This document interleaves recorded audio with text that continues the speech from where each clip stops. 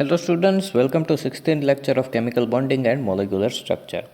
In previous lecture, we started our point molecular orbital theory and we also observed structure of H2 according to MO theory. Now let's discuss further. So next point is a condition for the combination of atomic orbitals. The linear combination of atomic orbitals to form molecular orbitals takes place only if following conditions are satisfied. So first is the combining atomic orbitals must have same or nearly same energy. Just like hybridization, we have to use same energy orbitals when they form molecular orbitals. If energy difference is large, then they cannot form molecular orbitals. This means that 1s orbital can combine with another 1s orbital but not with 2s orbital because energy of 2s is comparatively higher than 1s. Okay, so it is not possible to form molecular orbital between 1s and 2s because they have large difference of energy between them. But it is not true if atoms are different. We are talking about same atom. If you have hydrogen atom on one side and another hydrogen on other side, or let us say you have two different chlorine atoms, then they cannot use their different orbitals to form molecular orbitals. But if you have different molecules, different atoms in a molecule, then they may use different orbitals. That means 1s for first and 2s for other atom. And we also know that for different atoms, energy of different orbitals will vary. They are not same.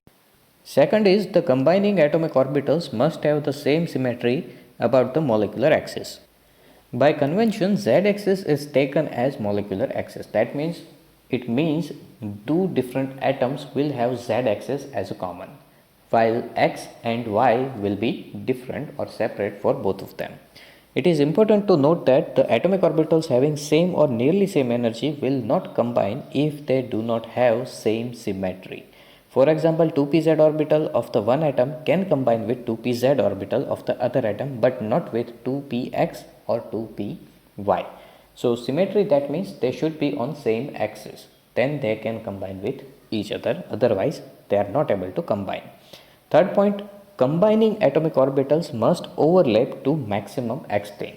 As we know that orbitals are probability of finding electrons in that region. So these regions can overlap. Two different atoms, these type of regions can overlap with each other, and as the overlap increases, stronger bonds are formed.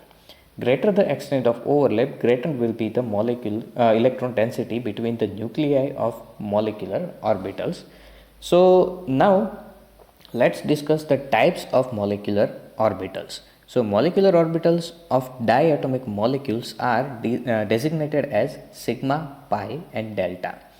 Mainly in these points we will discuss about sigma and pi.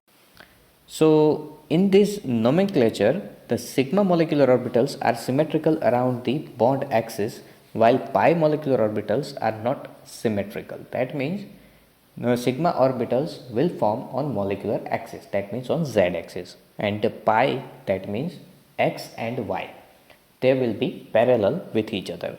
For example, linear combination of 1s orbital centered on two nuclei produces two molecular orbitals which are symmetrical around the bond axis. We know that 1s orbitals are spherical and spherical shapes are symmetrical from all the axes.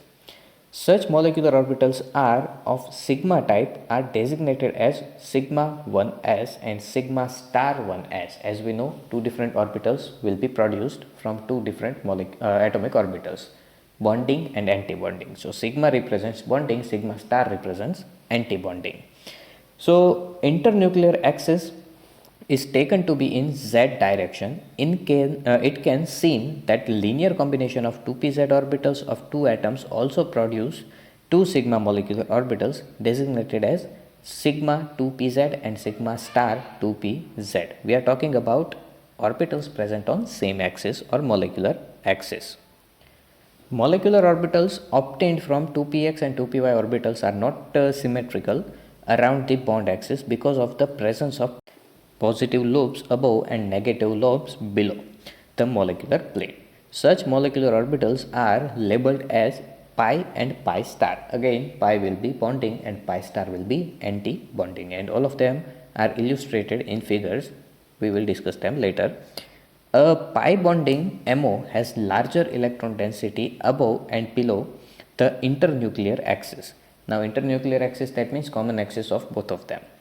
The sigma star pi star antibonding MO has node between the nuclei. Node, that means empty space where probability of finding electron will be 0, and we already discussed about them in sigma. Now let's talk about energy level diagram of molecular orbitals. That means we already discussed about it in hydrogen, but it was very simple one. We have seen that 1s atomic orbitals on the two atoms from forms two molecular orbitals designated as sigma 1s and sigma star 1s. In the same manner, 2s and 2p atomic orbitals, 8 atomic orbitals on two atoms gives rise to following 8 molecular orbitals. Some of them are anti-bonding, some of them are bonding. So as we can see, we have series of anti-bonding as well as bonding molecular orbitals. But total they are 8, just like atoms. In one atom you will have 4 orbitals, in second atom you will have another 4, and combining them you will get total 8 molecular orbitals, which are mentioned here. Now let's talk about the figure 4.20. So here combination of two 1s orbitals are mentioned. While two different atoms shares their 1s orbital, two molecular orbitals will be produced, and as we can see, energy of 1s of atom and for other atom, they are same, and they will produce two molecular orbitals. Now bonding molecular orbital will lower their energy and anti-bonding will increase their energy, and overall total energy of these two molecular orbital is exactly same as the atomic orbitals. So if you have only 2 electrons as shown in here, 1s in one atom, 1s in second atom, both of them contains 1 electron. So we have only 2 electrons, and both of them will occupy in bonding molecular orbital because it has lower energy. Now as we can see, when 1s and 1s they negatively overlap, that means when they produce anti-bonding molecular orbital, these type of nodal plane will be produced. Okay, so as we can see in this case, they are not properly mixed with each other and their lobes are separate, while if they overlap properly, as we can see in bonding molecular orbital formation, they will mix with each other to form a larger sphere or larger lobe. So top side bonding anti-bonding molecular orbital will oppose the bond formation, or it will decrease the strength of molecule, and bonding orbital will increase the strength of molecule. But for that they require electron. As we can see in this case, bonding molecular orbital contains 2 electrons, while anti-bonding molecular orbital is completely empty. So no effect of anti-bonding molecular orbital will be observed because it requires electron. If electrons are present there, then it will decrease the strength of bond or strength of molecule. Otherwise, it won't affect. Now, formation of other orbitals. So here, formation of 2pz orbitals are mentioned. So as we can see in this case, bonding and anti-bonding orbitals will be produced, and here same type of observation is seen. Only 2 electrons are there from each atom, and both of them will occupy space in bonding molecular orbital, and anti-bonding will be empty. So in anti-bonding molecular formation, lobes will overlap but with opposite signs. That means this negative sign represents positive lobe will come in contact with negative lobe, and negative lobe will come in contact with positive lobe of other orbital. Now plus and minus signs do not represent charge. Again I am mentioning it, plus and minus in this case represents probability of finding electron. Plus represents electron will be present at positive lobe and negative lobe is empty. So when this type of overlap occurs, this type of situation occurs. That means they are repelling each other and they are not able to mix with each other. That's why no bond formation will occur and these type of formations will oppose the bond formation. That's why they will decrease the strength of molecule. But if positive overlapping occurs, that means positive lobe will come in contact with positive lobe of other orbital and negative will come in contact with negative of other. In this case, both the positive lobes will combine with each other to form a larger positive lobe, and this represents bonding molecular orbital formation. And here we have pz orbital, that means it will be on axis, so it will form sigma bond. So here sigma bond formations are mentioned, and that's why sigma 2pz orbital and sigma star 2pz orbitals are mentioned. But if px or py orbitals come in contact with each other, then they will form pi bond formation, because z orbitals are present on same axis like this. Okay, so they can combine with each other like this. On the other hand, px and py orbitals are parallel to each other like this. Suppose this is the px of first and this will be the px of second, so they are parallel to each other. And similarly, py will be like this, above and behind the plane, so again they are parallel to each other. So common axis containing orbitals will form sigma bond, that means pz orbital will form sigma bond and parallel orbitals will form pi bonds. That's why when 2px of two different atom combines, it will form pi bond formation. So you will get one pi bonding orbital and pi star anti-bonding molecular orbital. So again same type of observation will be done. When anti-bonding orbitals are formed, they will overlap negatively. So plus lobe will come in contact with negative lobe and negative will come in contact with positive lobe. That's why they do not overlap with each other. And nodal plane will be present between them. And that's why they will repel or they will oppose bond formation. But in bonding orbital formation, positive overlapping occurs. Positive lobe will come in contact with positive lobe and negative will come in contact with negative. So they will mix with each other to create a larger lobes of molecular orbitals. The energy level of these molecular orbitals have been determined experimentally from the spectroscopic data for homonuclear diatomic molecules. Homonuclear, that means it contains same type of atom, as for example H2, Cl2, etc. And the diatomic, that means it contains two atoms. Molecules of second row elements of the periodic table.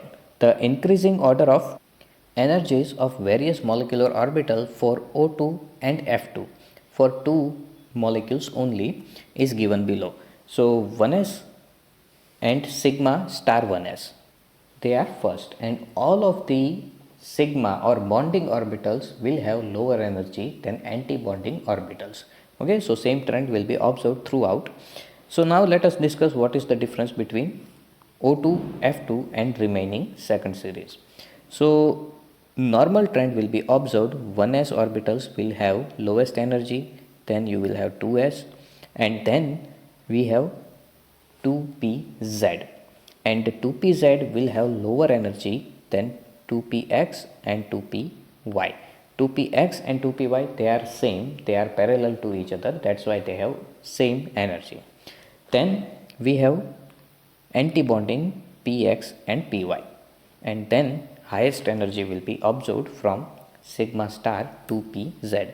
Now you have to remember this order, because if you want to draw molecular orbital diagram, then you have to follow this sequence for O2 and F2, and for remaining elements as shown below from L2, that means lithium, to N2. This type of trend will be observed. It is slightly different from first, and order mentioned for O2 and F2 is not applicable for this remaining elements of the same series. So what is the difference? So as we can see, in this case, energy of pi orbitals are lower than sigma in P in this case, and remaining order are exactly same. Okay, so only difference is in O2 and F2, energy of 2 sigma 2pz is lower than pi 2px and pi 2py. But in this case, that means from lithium to nitrogen, they are flipped. Only these two are flipped. Okay, all the other element or all the other orbitals have same energy order. So just remember this order, and then you can develop diagram by yourself by just remembering this sequence. So the important characteristic feature of the order is the energy of sigma 2pz molecular orbital is higher than that of the pi 2px and pi 2py molecular orbitals. Next, electronic configuration and molecular behavior. The distribution of electrons among the various molecular orbital is called electronic configuration of molecule. That means just add the electrons by increasing order of molecular orbitals. From the electronic configuration of the molecule, it is possible to get important information about the molecules as discussed below. So first is stability of molecule. If now NB represents number of electrons occupying in bonding orbitals, and Na represents number of electrons occupying in anti-bonding molecular orbital. So B represents bonding orbitals and A represents anti-bonding orbital, and N represents number of electron. So first point is the molecule is stable if NB is greater than Na. That means number of electron in bonding orbital is higher, that means molecule is stable, and if number of electron in antibonding is more, then it will be unstable. The molecule is unstable if Nb is less than Na. So in first, more bonding orbitals are occupied, and so the bonding influence is stronger and stable molecule results. In second point, antibonding influence is stronger and therefore the molecule is unstable. That means these type of molecules should not be stable and they are not possible. Now bond order, that means number of bond, whether it is single, double or triple bond. You can explain the number of bonds using MO theory. So bond order, or in short BO, is defined as one half of the difference between the number of electrons present in bonding and anti-bonding orbital. That means if number of electrons in bonding orbital, let us say it is 6, and number of electron in anti-bonding, let us say it is 4. So difference is 2. 6 minus 4 is equal to 2. Divide by 2. That means half of the difference is equal to bond order or number of bonds. So equation is bond order is equal to 1/2 of Nb minus Na, where Nb represents number of electrons in bonding orbitals and Na represents number of electrons in anti-bonding orbital. So let us say, suppose we have these type of three different situation. In first situation, number of electron in bonding and number of electrons in anti-bonding orbitals are as follow. Suppose it contains 10 in bonding and 8 in anti-bonding. So difference as per our equation, 1/2 of Nb minus Na. 10 minus 8 is equal to 2 divided by 2, which is 1. So that means this type of arrangement gives single bonded molecule. In second case, suppose we have 10 electrons in bonding and 6 in anti-bonding, then as per our equation, difference is 4 and divided by 2 represents double bond. Next, let us assume we have this type of situation, 10 in bonding and 4 in anti-bonding. So difference is 6 and divided by 2, that means 3 bonds. So it represents triple bonded structure as per this equation. But problem is, in certain case you will get fractional bond order practically, which is not possible. That means in certain cases you will get this type of situation. Suppose we have 10 electrons in bonding orbitals and 5 in anti-bonding. So difference is 5 divided by 2 represents 2.5 bond order. Practically it is not possible to have 2.5 bond. So as per description, if number of electron in bonding is more than in anti-bonding, then positive bond order will be obtained, which represents stable molecular formation.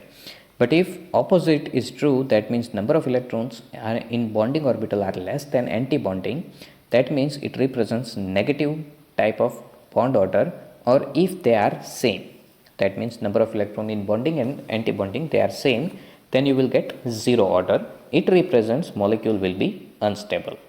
So that means for stable molecular formation, we need number of electrons in bonding orbital more than number of electrons in anti-bonding orbital. Next, nature of bond. The integer bond order value of 1, 2 or 3 corresponds to single, double and triple bonds respectively as studied in classical concept. Bond length. The bond order between two atoms in a molecule may be taken as approximate measure of the bond length. The bond length decreases as the bond order increases. That means single bond will be longest, then double bond and then triple bond. It will be shortest of all of these three. Magnetic nature. Now for magnetic nature we need single electrons, unpaired electrons, because when electrons are paired up they will cancel out each other's magnetic properties, but single electrons can exhibit their individual magnetic properties. So same point is mentioned here. If all the molecular orbitals in a molecule are doubly occupied, that means they contain 2 electrons, and if they contain 2 electrons then it must be opposite spinning. The substance is diamagnetic, repelled by magnetic field, and if all the electrons are paired up then substance will feel repulsion under the external magnetic field, which is called diamagnetic behavior. However, if one or more molecular orbitals are singly occupied, that means it contains unpaired electron, it is paramagnetic, attracted by the external magnetic field, as for example O2 molecule. So these are the basic points to find the properties of molecule from MO theory. Okay, which with example we will discuss all of these points.